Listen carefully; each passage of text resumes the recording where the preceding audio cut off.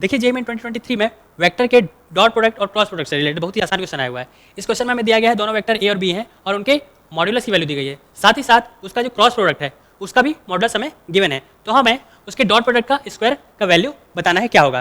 तो चलिए देखते हैं। हमें पता है कि वेक्टर ए और वेक्टर बी इसका जो क्रॉस प्रोडक्ट होता है वो होता है vector A mod of vector A into mod of vector B into sine theta और डायरेक्शन एन कैप।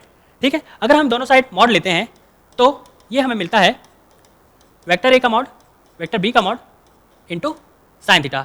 अब दोनों साइड हम स्क्वायर ले लेते हैं, तो स्क्वायर लेने पर ये दोनों स्क्वायर हो गए और ये साइन स्क्वायर थीटा हो गया। अब हमें क्वेश्चन में देखिए ए क्रॉस बी का वैल्यू दिया गया है, मॉड का वैल्यू √48, तो स्क्वायर है इसलिए ये हो जाएगा 48।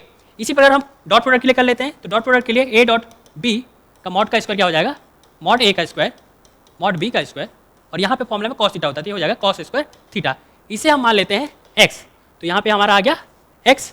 अब इन दोनों को हम ऐड कर लेते हैं, तो हमारे पास देखिए ये sine square theta plus cos square theta 1 होता है, तो ये हो जाएगा मॉड ए का स्क्वायर मॉड बी का स्क्वायर और यहाँ पे आ जाएगा 48 प्लस एक्स।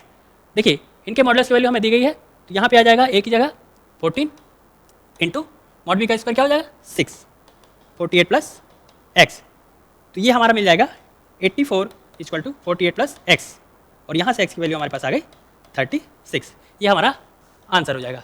इसी प्रकार और भी PYQs देखने के लिए इस चैनल को जरूर सब्सक्राइब करें।